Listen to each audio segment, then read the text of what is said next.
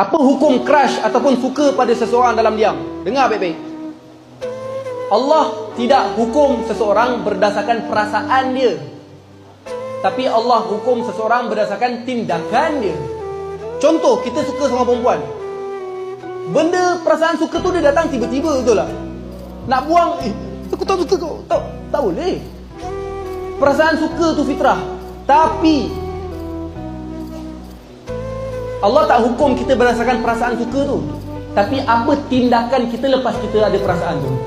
Contohnya, kita dah suka dia, tindakan kita pergi usah dia, follow media sosial dia, tengok gambar dia, save gambar dia, lepas tu start message dia, tak jaga ikhtilat, lepas tu start keluar doa-doaan ke apa, dosa lah.